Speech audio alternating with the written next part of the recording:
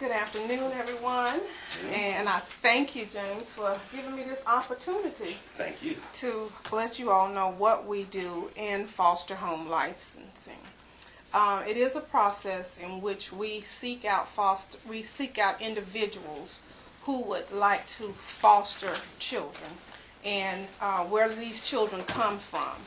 These children come from what we call, quote unquote, the system. They've come into care for some reason, some type of abuse. Not that DSS goes in there and takes a child from any one person's home. It's done by what is called EPC, or it's done by a police officer on a scene, and they call DSS and say, this child or these children are in some form of danger, and at that point in time, we need someone to care for those children. And who is that going to be? That person is the foster care person, foster parent. There is a in your packet, there is a form that looks like this.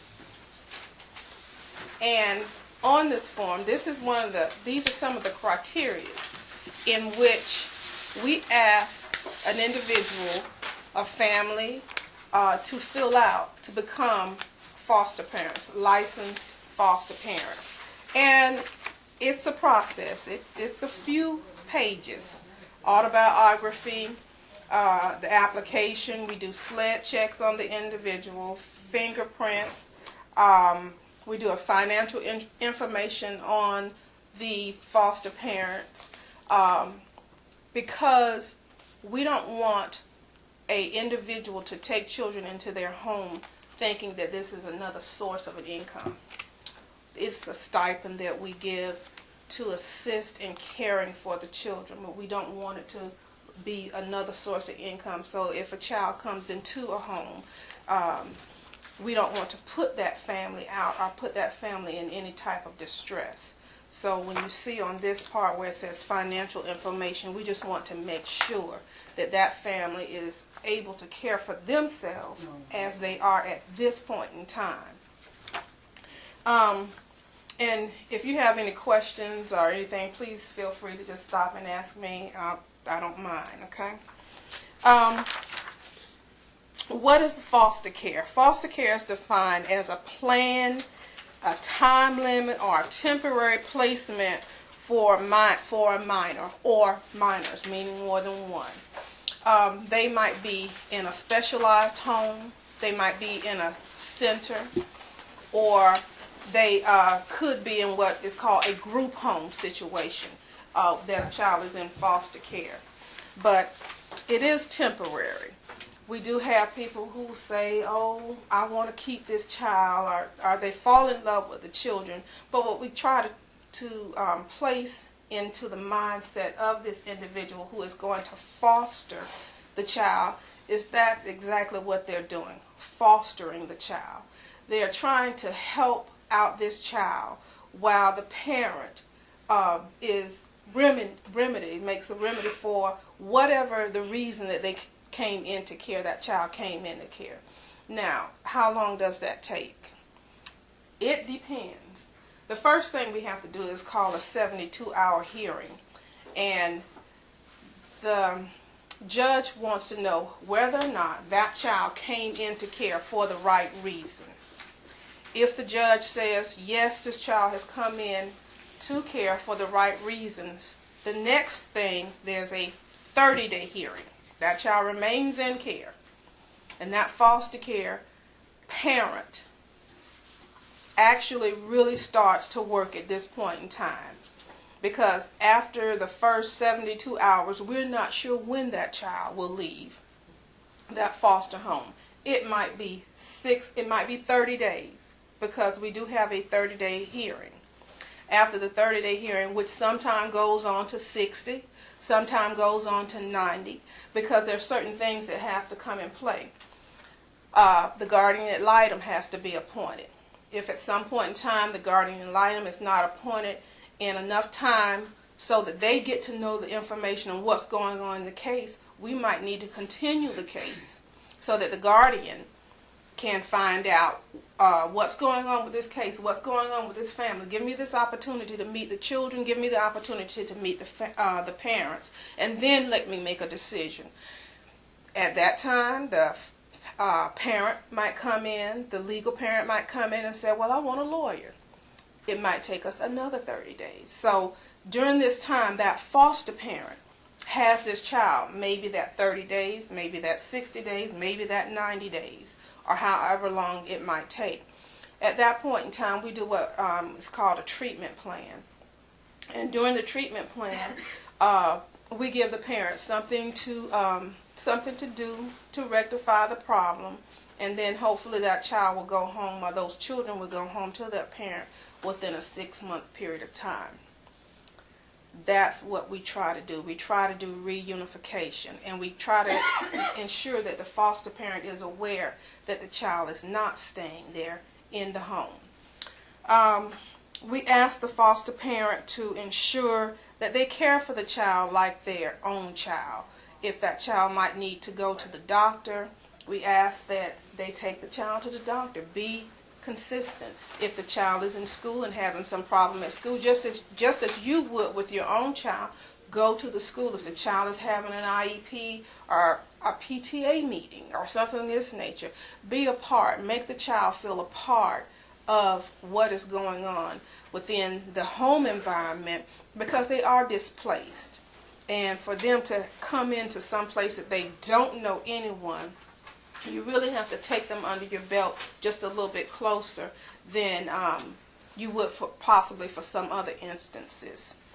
The goal of foster care is, the first goal is to get the child back to the home.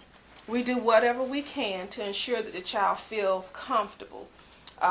When we have enough foster parents, we try to keep the child in there as closely as possible in their own environment, meaning if they're in a Richland 2 school, we try to find a foster parent in that area so that they can stay in their school. But if not, then we have to remove that child from that school and we'll place them in another school. That's just a part of what we're doing. And right now we are in dire need of foster parents. We're on, one of my jobs is recruitment. I think my first job is recruitment, and then once we recruit them, then we'll start doing more of the foster home for myself. Yes. Yeah, what type of requirement, like when a person becomes a foster parent, can they work or whatever? Yes, yes. We don't want you to stop anything that you're doing. Mm-hmm. If you're working, that's fine. If you get, you can state, I want a child between the ages of 6 and 12, because I want them in school. I want them to be able to basically care for themselves just to a certain extent, because I work, and because I don't want them to have to be in aftercare or these type things. And then what we would do is put on your license that you're licensed for children between the ages of 6 and 12. If you have females in your home and you only want females, then we'll license you only for females between that age. So yeah, that's you can do that. If you ask for an infant, for instance, then we have the ABC voucher program that's available, and you automatically qualify for that, because of the fact that you are a foster parent, and we do give you that as part, to help to ensure that that doesn't cause a burden on you as a family. Yeah, but you go to work and do everything as you would normally. And that's a part of that financial statement, that we want to make sure that you can just take care of yourself and your own household at that time, before that child comes in. Okay.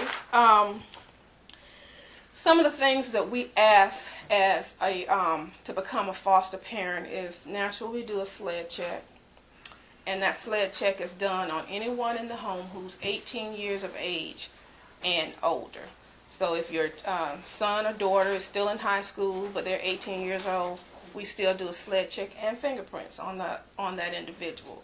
We do the sexual background check, because we know what's going on these days, so we have to be very careful. We don't want to take a child from one situation and then put them back in another situation that's not good or that's not healthy, I'll say.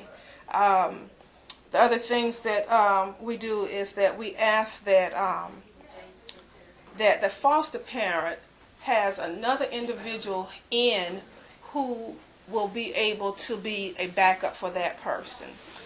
That backup person has to go through some of the same things. We have to do the fingerprints as well as a SLED check on that individual for to ensure the same thing. We ask that that the foster parent does no corporal punishment. I'll put it that way. That's what it says. Is that you inflict no corporal punishment. And what is corporal punishment? It's spanking or giving a child, I think some people say a beating. You're going to get a beating.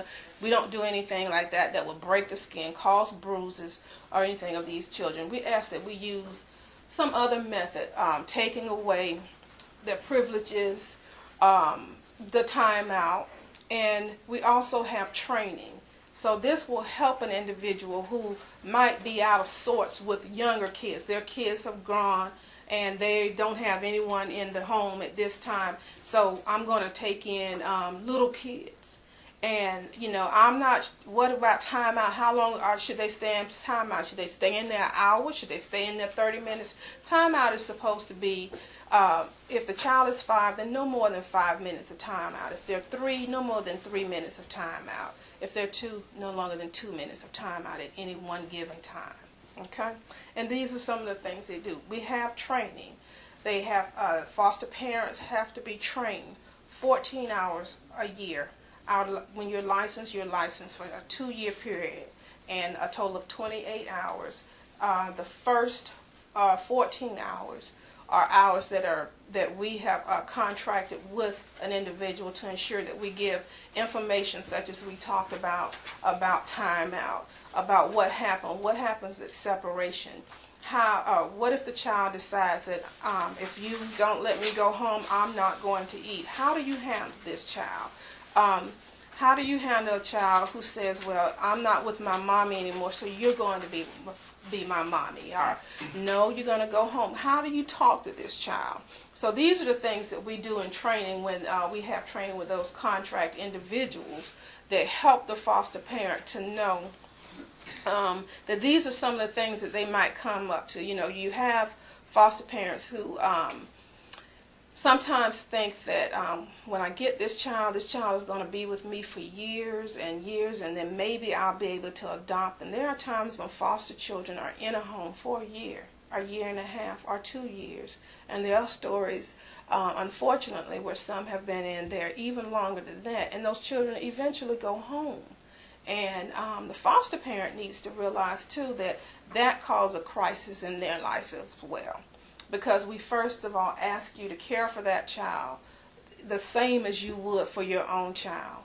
And now all of a sudden your child that you had in your home is leaving. So what's going to happen to me? Am I going to want to let another child come in? That's why we have training, different trainings to help you to realize. And we also have mentors.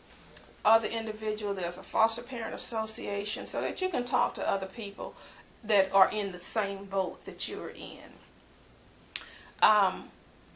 That child gets used to that foster parent, get used to those rules and regulations. And you must realize too is that we all do things. Everyone in here, there's something that we all do, but we all do it differently. And every home has their own rules, or how they do this, or what they do when they first get up out of the bed. The first thing you do is when you put your feet in the floor, you turn around and you make your bed up. Well, that child might have come from a home where they might have been sleeping on the floor. And there was no picking up or making up of a bed, and they don't know anything of that. And you have to realize that, how am I going to handle that?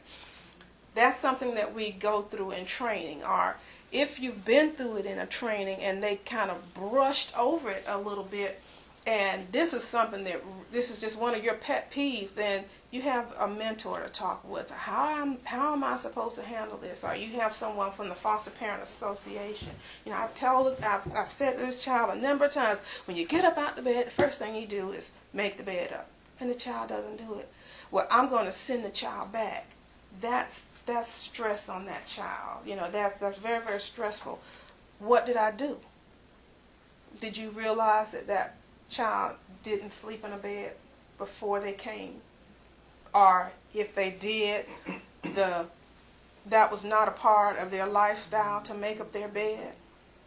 That might have been that there was no linen on the bed. So what we ask for a foster parent is to basically to take what you normally do as what we call norm, but to put yourself in the place of that child, and then turn around and teach that child, this is what we do now, and not take it out on the child. You have children that are abused physically, emotionally, and you have to deal with things of that nature that you might not normally have to deal with in your everyday realm of life. So there again, too, we have certain trainings that you can go to and see if you could help that child out with whatever problem they might be having. Are there any questions?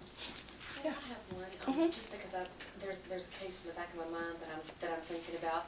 Do you ever have foster parents that want to adopt children, and does that ever happen? I know you probably don't encourage that because your training is set up so that the foster parent will relinquish the child because we want the child reunified with its biological family, but does that ever happen? It does happen. It actually does happen. There are times when we get children in, and in a foster care worker and a licensing worker are two different individuals. And we, as the licensing worker, actually deals more with the foster parent, making sure that they have the training, making sure that the fire extinguisher in the home, the smoke detectors are right, that there's no hazards within the home that would affect the child, making sure that everything, rules and regulations that they have to abide by, that they've been done, that their training is done. Then there's the foster care worker who's there for that child. And to answer that question, there are times when that child is in that home and it's been a year and a half, and it has been 2 or 3 months or whatever, and when we put that treatment plan together and the individual, that parent, the birth parent, does not comply with whatever the court order is or the treatment plan, then at some point in time it's called, what is called is a TPR, the termination of the parental rights. And at that time, that foster parent does have the options to adopt a child. And so that is possible. And we don't necessarily discourage it, but while the child is in the home and that particular parent, biological parent, is doing what they're supposed to do, the foster care worker will let them know, well, this child is going for a visit. They're required to have 2 visits, or they at least have the options to have them. Now, whether they do it or not, that's up to the parent, and that's something that the foster care worker is looking at to see if you're doing what you need to do. Do you really want your child back? Are you doing your 2 visits per month, as ordered or as you are given? They can do that. Some will, some won't. And like I said, if their rights are terminated, then at that point in time, that child will come in and can possibly be adopted by that foster parent. But sometimes we have foster parents who actually, that's what they want to do. They just want to be foster parents, and they might have had a child in their home for 4 years, 5 years, or 6 years, and this child has come up for adoption, and they decide, no, I just want to be a foster parent. So then you have to prepare that child to go out for other families to see the children, to talk with the children, and then that's when the adoption worker and the foster care worker will start working together to get that child prepared to be adopted into another home and to reunify or basically unite themselves with another home. Any other questions? Who makes the determination, okay, if the foster parent would like to keep the child, if the parent is not doing what's required by court, and eventually the baby TPR, Okay. who makes the determination if someone else is recommended to take, if somebody comes forward and says, I would like to have this baby, and the baby is already in foster care, and the foster care parent would like to keep the baby, how is the determination made where the baby's going to go? Okay. Or who makes it? Okay, normally, if an individual wants to adopt, some of the same things that they do to become a foster parent is the same things that they have to do for an adoption. They have home studies done. We do home studies. The sled check and all of the other things that we talk about in here have to be done. Again, if you're already a foster parent? No, not totally again. We go a little bit further in depth, but we normally give that foster parent that opportunity first to be that adoptive parent. And the reason that we do that is because that child has already acclimated themselves. They are already a part of that family. So we don't want to uproot that child again, and then their lives here's a third time that they've lost a parent. What if a family member wants to take the child? Well, normally, if a family member wants to take a child, we try to start that off earlier, before it gets to 2 or 3 months or whatever. That's like some of the first things that we do, like in that first 30 days that we talked about, and actually within the 72 hours. We ask, is there any other family member? Because we would prefer a child to be with a family member opposed to even being in foster care. And that's the first thing that we do. And sometimes what's done is an emergency home study or expedited home study where we go and get as much information concerning the home and where that child will be sleeping and what's going on within that home. And then we'll try to put that child with a family member opposed to putting that child in foster care. So that first 72 hours that we talked about, and then that 30 days, and which sometimes linger on a little bit further, we try to keep that child as close to the family as we possibly can. But if we can't, then that child is in foster care. And if that child is in foster care long enough for the parental rights to be terminated, then that foster parent, if they want to adopt that child, and what we do, and what is done prior to that is when we come to the point where we see that this is where it's going, then we let that foster parent know that there's a possibility. This looks like the direction that we might be going. Are you interested? Then at that point in time, if they are, then we know what to do. And yes, we do go back over our not our sled checks, so we keep them up in order, but we do a different type of a home study. It's still a more thorough home study that's done through adoption. Even though we have our records, these are confidential, and we don't allow them to go from one place to the other. So they'll do that same thing again, not as intense, because we do have some of the information. That child has already been in the house, so we don't have any complaints or anything concerning the child. So at that point in time, we can go forth. Is there a minimum amount of time a child can be put up for adoption? Does a child have to be in foster care before they can go for adoption? Can a child be? No, is there a minimum, like 6 months? They Oh. have to be in foster care at least 6 months before TPR and adoption can be recommended? No, it's not like a minimum amount of time. What we do is that when a child comes in, like we said, if there's a parent that's available, we try to work with that parent.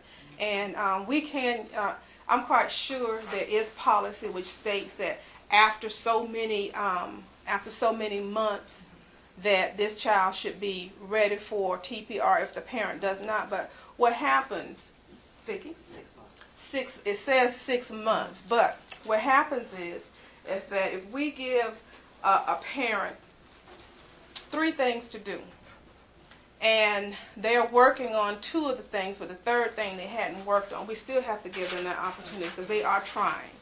Okay? And then you get some parents who, when we inform them, well, if you don't want to do anything, then we're going to look at terminating your parental rights, which means taking your child away from you. That kind of opens up their eyes. And they said, well, okay, then I'm going to start today. So then we have to go another 6 months. And we work with a lot of different agencies. And for instance, if we were trying to do parenting skill classes, for instance, and our next class did not start until September, and it is now March, we have to wait.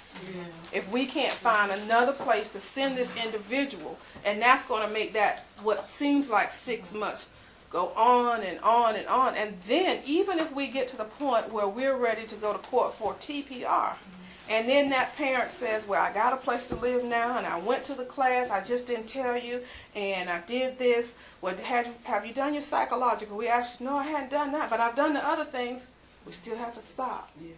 So things like that go on, and it takes 1 year, from 6 months to a year, from a year to 2 years, from 2 years to 3 years. And it can happen because our ultimate goal is to actually reunite that child with the family, back with that biological parent. And we want to do that and that parent be healthy. We don't want to take them back or send that child back in that same situation. So yes, there is a time period, but there's just any one little thing that can happen to make that time just keep what seems like rolling and rolling and rolling on. I have a situation now where the baby has been in foster care since birth because he tested positive for cocaine, the baby and the mom. And the foster mom, she brought him home from the hospital. And he'll be 5 months next week. The foster mom got a call last week from DSS that the mom came forward and said she signed off saying that this lady would take the baby. She has no relation to the lady. The lady was referred to her. Okay, so she doesn't have, there's no connection. The lady she wanted a baby, and they connected, and I guess she said, you can have my baby. So she went to that DSS and said she wants this lady to have the baby. So the foster mom, she's willing to adopt the baby, once the opportunity presented itself. Right. But she got this phone call last week from DSS, and they said that the home study was favorable, and To the other lady. to the other lady. And so when we go to court next week, that she has to give the baby up. The foster mom has to give the baby to this lady because basically DSS is taking placement as opposed to foster care. It's, expeditiously as they can get the baby in the placement. But the baby, the foster mom has bonded with the baby. She's been taking him to the hospital because he has to get tested every 2 weeks. And so far, he's been tested negative or what have you. And she would like the opportunity to adopt the baby if possible. But DSS is going to remove the baby from her home and give it to the other lady. Okay, one thing you have to remember, if the parental rights have not been terminated, then that mother can request, can ask that an individual that they've known, maybe might be a lifetime friend that's not actually a family member, but somebody that they've known for a lifetime or whatever, take the baby. And there again, too, that's why we have to keep in mind that we are foster parents. And at any point in time, anything could happen. Instead of that child actually have been taken away or actually being placed in another home, when the mother could have gotten better, the mother could have done what she needed to do and could have been. But what I'm saying is that it could have been the mother. You know, although the mother did say, I want this lady here to have my baby and not the foster parent. Now, DSS is just not going to give that baby to this lady without doing some of the same things. Yeah. Does she not know that this was even going on? Who? The foster parent. The foster parent should have been notified that there's another individual who the mother had possibly stated that they wanted to care for the baby. So a parent can ask for a child to be moved or given to another person, even though they haven't known the person that long. I've seen situations like that happen, and I just wonder how much weight does the parent's opinion matter on where the child is moved? It depends on a lot of things. It does not depend just on you, the parent, who has not done anything to assist in trying to get your own child back into the home, has just totally been non-compliant with what we've asked you to do, and you just found somebody who was walking down the street and they struck up a conversation and you said, I got a baby, you want that baby? Well, you know, you can bring it to us, and we have to look at it. We have to.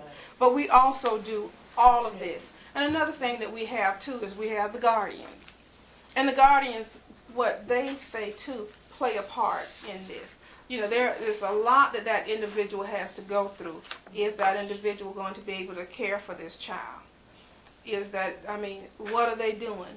Let them know that this child coming into their home is going to be like another child of their own that's in the home.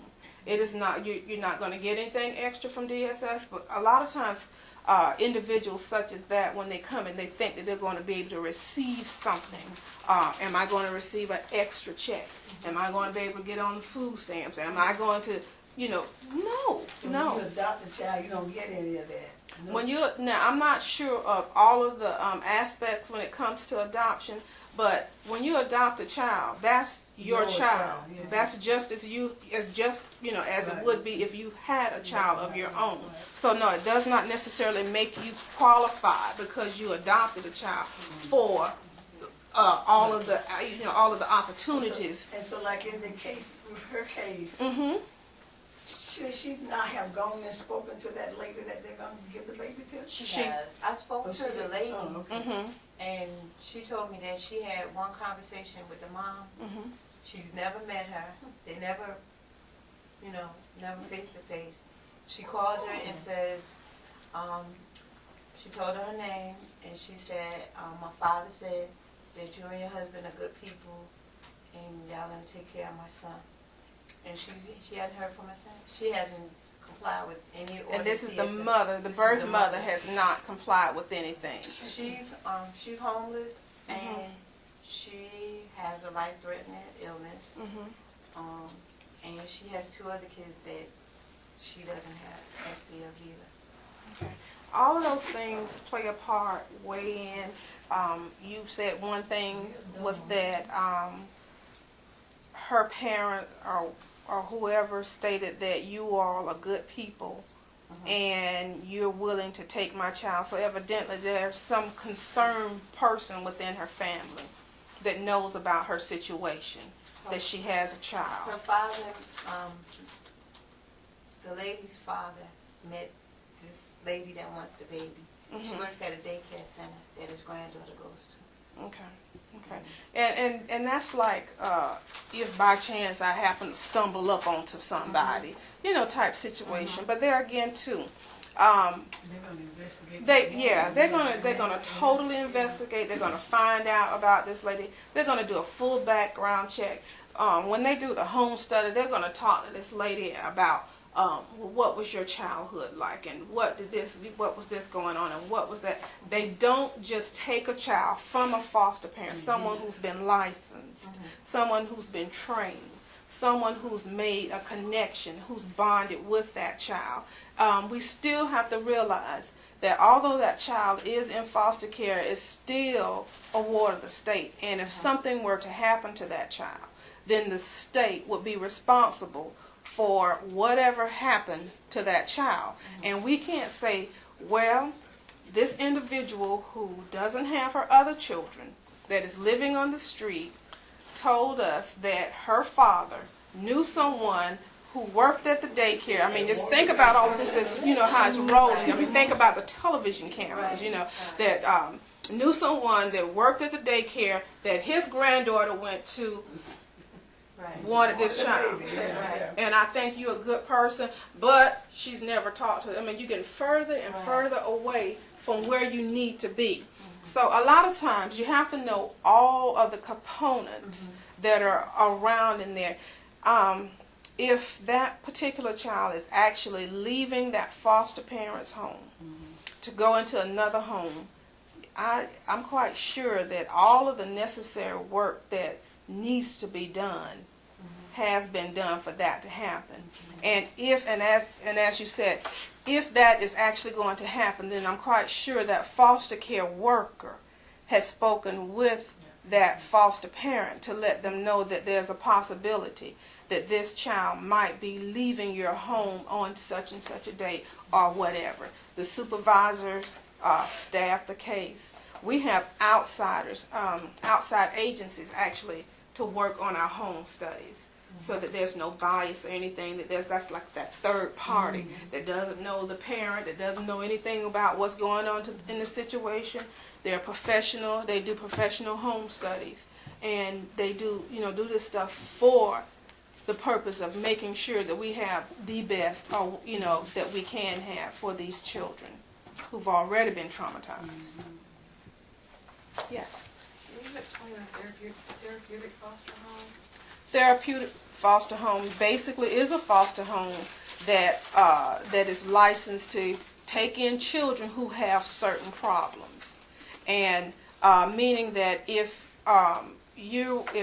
for instance you had a regular foster home, then I would not put a child in your home who had a mental disorder, or who was on a ventilator, or who was that needed to be tube fed or something, because you're not trained to do that. In a therapeutic home, you take those type of trainings. We have a place that which I'm quite sure that you're aware of, is the what is it? It's right down here. You talking about the people that have that service? Yeah. Medically fragile. Medically fragile. Yeah, the medically fragile, they have a calendar each month where they teach you different things, how to feed children who have to be tube fed, how to care for children who are quadriplegic, or how to take care of kids who have any type of problem. That qualifies you. As long as you take those classes, as long as you have been certified through one of these programs, then you are actually qualified to be in that type of a foster parent. So do you have some that are for like physical conditions and some for the mental conditions? Yes, we do. Yeah, because those that have to handle, we'll let you know. And then one thing too, that if we know when a child comes in, that child has a mental condition, and sometimes we don't as soon as that child comes in. So they might go to a regular foster home. But a foster parent, in the training that we do, we try to let you know these are certain things that you need to look out for or listen to, to hear what is this child saying that they're going to do to themselves, or what are they doing? Are they mutilating themselves? Are they cutting themselves? Are they pinching them? Are they sticking their hand over the stove and the fire and they don't feel any heat? Well, something's wrong with that child. and you know, as a regular foster parent, I can't handle this. This child needs to be in a therapeutic home. Let me call my foster care worker now and let them know what's going on. Then at that time, that child can be removed and placed in a home. Or we as foster care workers, licensed workers, might need to have that child, need to make sure that there's not been any psychological problems. If so, then maybe they need a psychological or whatever to find out what's going on. It's the first time they've ever done anything like this. Let's find out their background. Let's find out their past. And what happens, and I said that sometimes we don't know about these children when they come in because sometimes it's 3 o'clock in the morning. And sometimes it's 6:30 in the afternoon. And even though the sun might be up, we're closed. You know what I'm saying? Everything else is closed. And you can't get an appointment at 6:30 to find out what could possibly be wrong with this child. And if the child comes in and they're acting normal and you're taking them and they're answering your questions, then we take them to a home. But it's like as soon as they get in the home, then they're starting to take something, they're picking themselves. Or they say, I want to die, or I want to kill myself. Or Kim, do you foresee maybe in the future all of the public people that want to be foster parents getting that maximum certification for therapeutic or disorders? Because the process from when the child comes into DSS happens so quickly. exactly. And you have not just one child, but maybe on a Friday afternoon, 10 kids that come into care. You're having to place all of these children, hopefully in Richland County, if there is a home That's available, right. That's or all right. over the state. It seems like maybe, and I don't know the whole situation, but it seems like if everybody were certified like at that highest level with the maximum number of hours of training, then any child could be placed and wouldn't have to be moved maybe if it had a self-mutilation problem or Right. you know what I'm saying? I want that around other children, Yeah. though, you know. Some families would not want to deal with Yeah. that. that's just it. That's just it. We have families who only want girls. Right. I don't want a boy.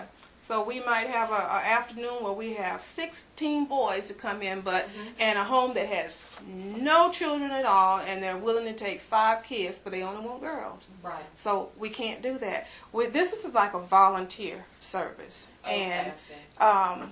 even though they are a little, you do receive, like I said, a stipend, and it is helping the community. We cannot say that in order for you to be a foster parent, you must go up to this level. We can't. We give you that option. What do you want? And some people cannot. Some people only want babies. Some people only want teenagers. Some people only want kids between the ages of this and this. Some people only want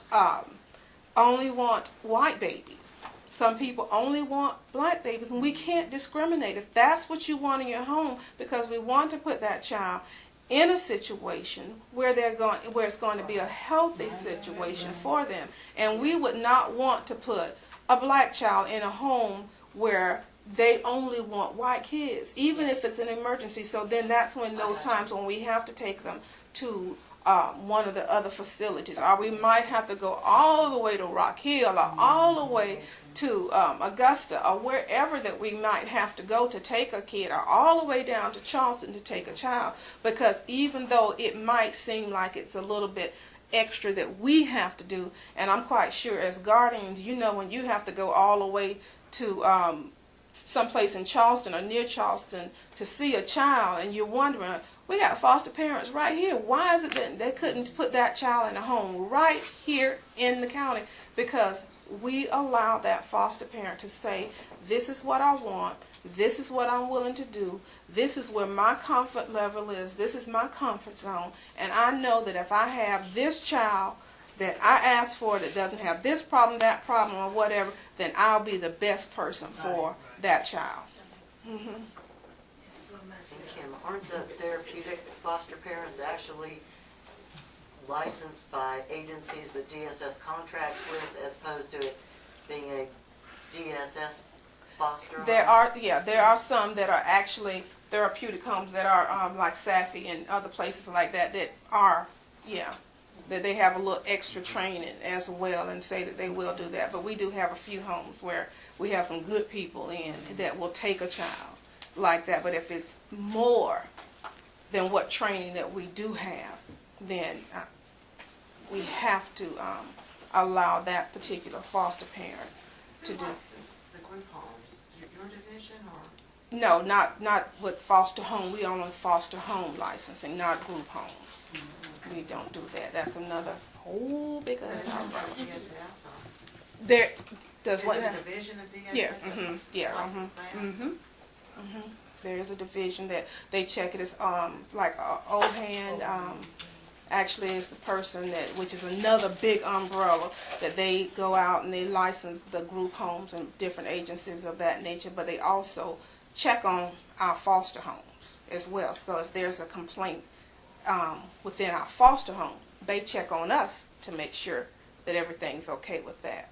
So we're not actually even the last stop when it comes to a foster home. Any other questions? Let me see if I have forgotten anything. Come on in, Mr. Washington. I have a question. Okay. I don't know whether you've gone, I have a question on this checklist. What does openness checklist, what is that? The what now? Openness, it's down after child factor Okay. checklist. In- There's an openness. Okay. checklist. This is the actual form that we sent out to the home for an individual who calls in and says, I want to be a foster parent. We said, okay, then what do you want to do? What do you want? Do you want girls or boys, or does it matter? And they tell us, no, it doesn't matter. Whatever you send me, I'll be fine with. Whatever you send me, I'll be fine with. Okay. So in here, it says things like, what if we send your child that steals? What would you do? That's how open you are. Yeah. What if you send your child who? Right. What if we send you a child who is a chronic liar? Can you deal with that child? That's openness. What if you deal with a child who's 2 years old and masturbates openly? How open are you to that? What if you deal with a 2-year-old who's learning to talk, but all they do is say curse words? You're at church on the second pew, and everybody's saying something, and that child stands up and curse. What do? Are you open to that? Are you there? Are you at a function or whatever, and that 2-year-old is masturbating? What do? Are you open for that? Will you take a child like that? And there again, we won't know that this child is doing these things when that child first comes into us.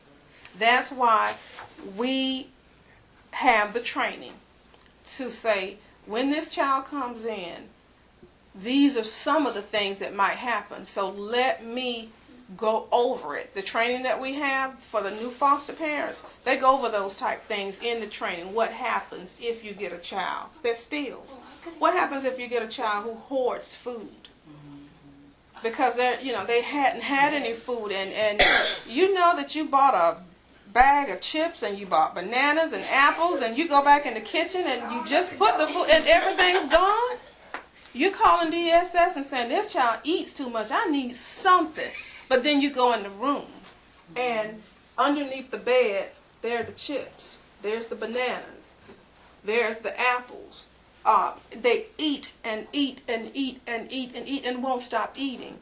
And it might be that they're hungry, but it also might be that they don't know when their next meal is coming. So let me get extremely full because I don't know when I'm going to eat again. Can you deal with that? That's part of your openness. And these are the things that we try to at least tell you about that could possibly happen. And these are the things that we want to tell you during training that the foster care worker might not know. Because you have to realize that sometimes when these children come in at 3 o'clock in the morning, I might be the individual that's on call. And I might go down and pick up that child and have Monica to check and find me a foster home. And after I go somewhere and pick up that child, I drive that child straight to that foster home. And I drop the child off. Here you are. And your first question, well, what's the child name? I don't know. But did the police tell you? She won't say anything. Well, we don't know. We found a child walking down the street, 3:30 in the morning. So, will the child talk? The child is fast asleep by this time. It's 3:30 in the morning. So by the time I get the child, she's fast or he's fast asleep. And I'm just going to bring you this child. That's what a foster parent does. So when that child wakes up in a totally different environment, with all of us looking at that child, then what is that child? The child might start screaming and hollering. What are you going to do? How are you going to comfort that child? Or that child just might scream and holler. That might be what that child does. And we can't tell you that. We don't know who the mother is. We don't know what happened to the child. We might not know why the child was walking the street. And we have had children to come in just like that. The only thing that we can tell you is that we'll have someone to come and pick the child up from you in the morning so that we can have medical done, a health, scan done on the child, and that's about it. And then if you want to keep the child, we'll bring it back. But if you don't want to keep the child, then we'll find someplace else. But we really want you to keep the child because we don't have any place else to take this child. But I bought you the child, but you'll never see me again because all I am is on call. Then you have to meet the foster care worker. But before you meet the foster care worker, the placement worker is going to come to get the child. And you're going to be asking the placement worker, well, what's going on with this child? The placement worker going to say, I don't know. They just sent me here to pick up the child because the child got a doctor's appointment that someone else made. Well, who knows something? Nobody. And if we don't know anything, if we don't get any information, we have to wait till the police call us to give us the information that we need. Sometimes we've had kids in, and the parents don't call the first 2 or 3 days. Kim, as crazy as all of that seems to us, I can't help but sit here and think how that child is feeling the whole time. I mean, it's just, to me, it would be a lot easier, and I'm not a foster parent, so I can say this as an armchair quarterback. It would be easier to be a foster parent if you realized how traumatic a process this is for the child. Exactly. I mean, you can overlook some of those cultural differences that maybe you wouldn't in any other situation want to understand or even try to get to, but Right. I can't imagine people not being sensitive to But most of the time, child those being children, taken they've out. been through this a number of times, most of them. Man. They have, so but they know what's it doesn't- going on. And No, but what I'm saying is it doesn't I know. minimize. It does I mean, not children minimize. Get used to that. I couldn't just say, okay, Kim, you brought me this child and I'm a foster parent. Well, he's cursing in church. I personally could not turn that child back over to you. I'd be doing everything possible to do right by that child. But, and again, it's easy for me to say because I'm not there, I love the Walgreens commercial when they say "in a perfect world." but yeah. Oh, I love everything I do. Almost now, I say, in a perfect world. But a lot of times when we have individuals who want to be foster parents, they have an idea of what type of child that they are going to get. They have an idea that they're going to get this nice little polite little girl or little boy who has red sandy hair because that's the way they would love to have it like that, and that they're polite and they do everything that their child did. And because it's an empty nest syndrome and I don't have any kids and I'm lonely, I want someone in my home to make life just a little bit better. And then they come in and start making all of this noise in my house. Oh, you got to go. Okay? I cannot. And that's one thing. That's what happens.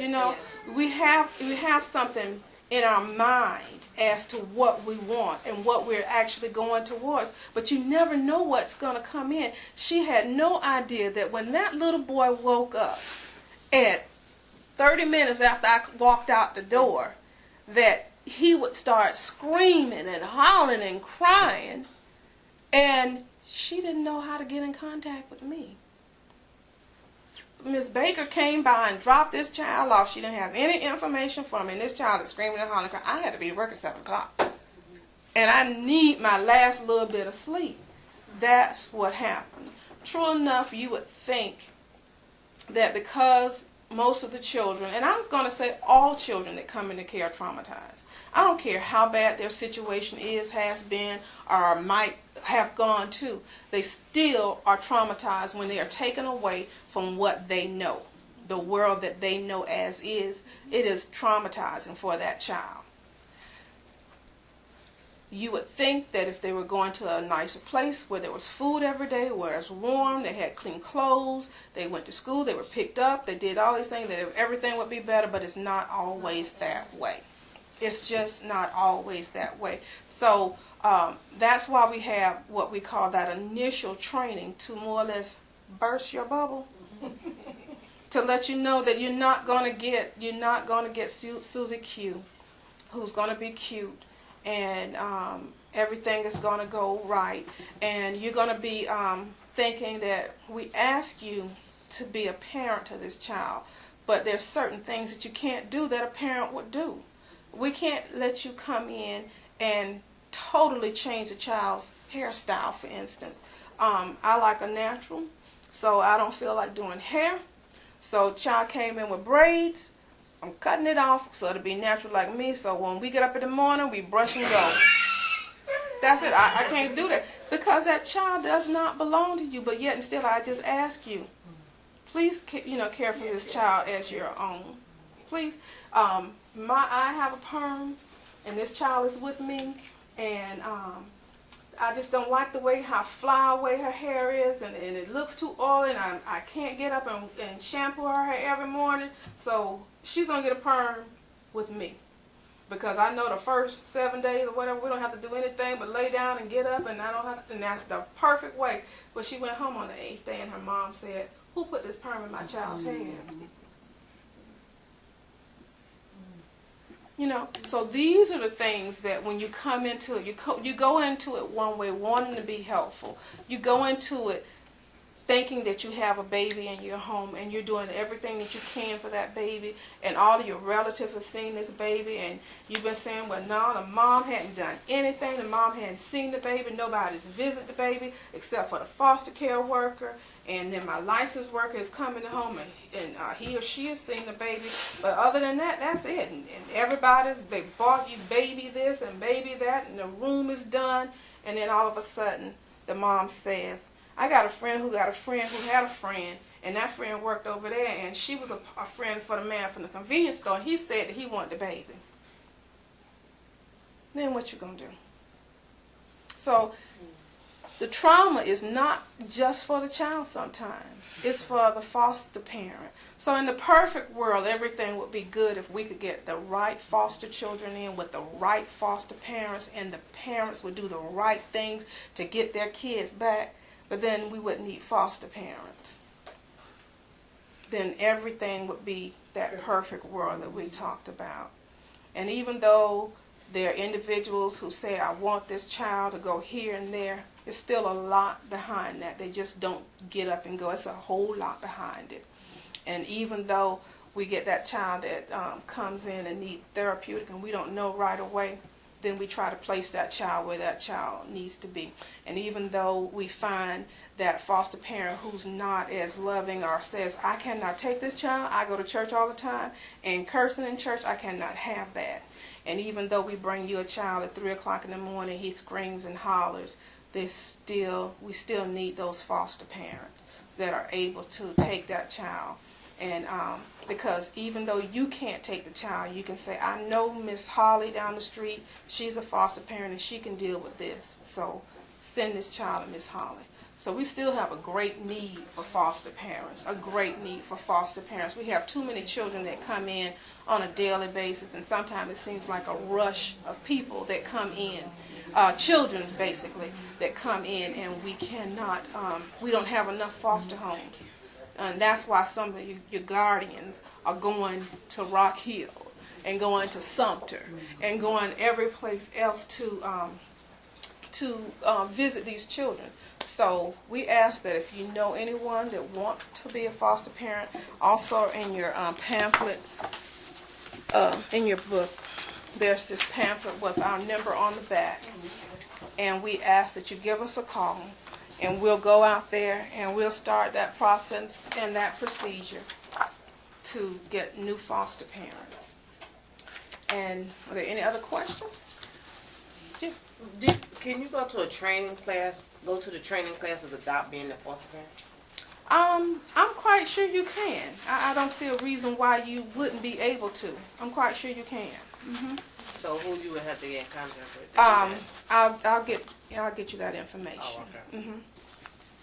Well, Kim, you know, we try to recruit guardians also, so you could not be a guardian and be a foster parent at the same time, so I can't allow you to steal our guardian.